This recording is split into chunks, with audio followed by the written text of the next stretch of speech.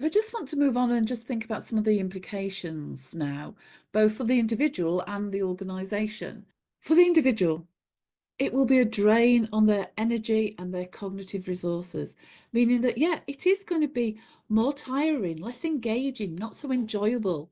It might take the person longer to actually do that task than it would a colleague who has a behavioural preference that's more aligned to the task.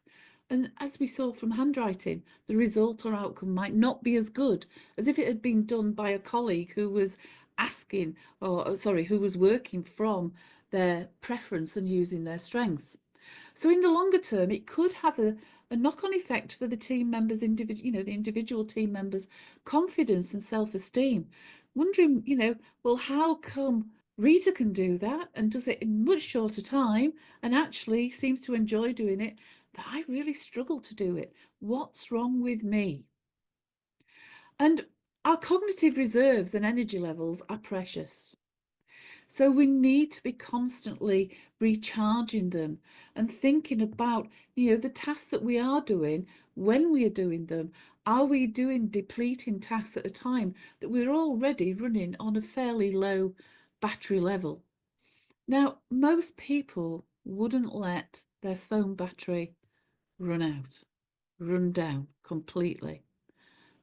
So why do we let it happen to our brains? Your brain is an energy hungry machine, and it uses upwards of 20% of your metabolic energy just at rest, let alone on those busy and often stressful kind of days. So it's really time to start thinking about our brain budget and decide, where are you going to spend your energy? What are you going to do to recharge your brain energy? And I'll guarantee that you'll get so much more work done just by better management of your cognitive energy. When we don't manage our brain budget, our cognitive energy, when we have low energy reserves and are constantly faced with pressure and stressors, it takes its toll later in life. Now, the wear and tear on the body caused by that chronic stress is referred to as allostatic load. Essentially, it's the cumulative effect of stress on our bodies over time. So when we're faced with stresses, our bodies activate our stress response system, and this involves the release of hormones like cortisol and adrenaline, which help us to cope with stress.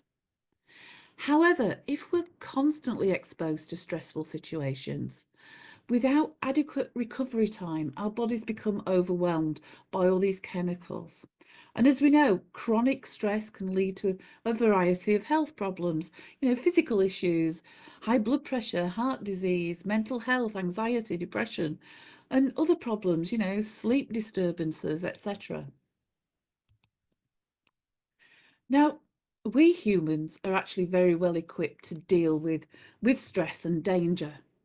Our stress system is designed to rise and fall.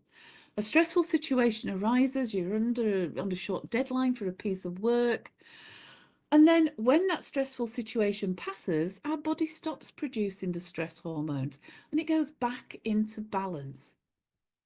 However, our stress response is not designed to stay in high alert for prolonged periods of time.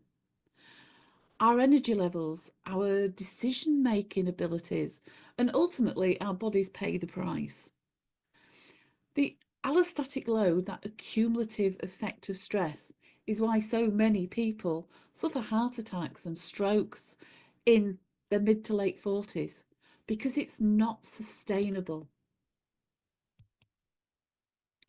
Now, you might well be thinking, well, yeah, we know all this. But if we know all this, why then do we continue to push ourselves so hard? Why do we continue to work long hours, work through your lunch break, not take sufficient breaks, take work home? Well, the answer is hyperbolic discounting. This is a cognitive bias where people will prefer a smaller immediate reward over a larger delayed reward. And this bias explains why we make so many choices that are detrimental to our long-term well-being, because instead we favour that instant kind of gratification, the reward in the moment. And we only see in the moment rather than that cumulative effect. And that's the effect of the bias of the brain.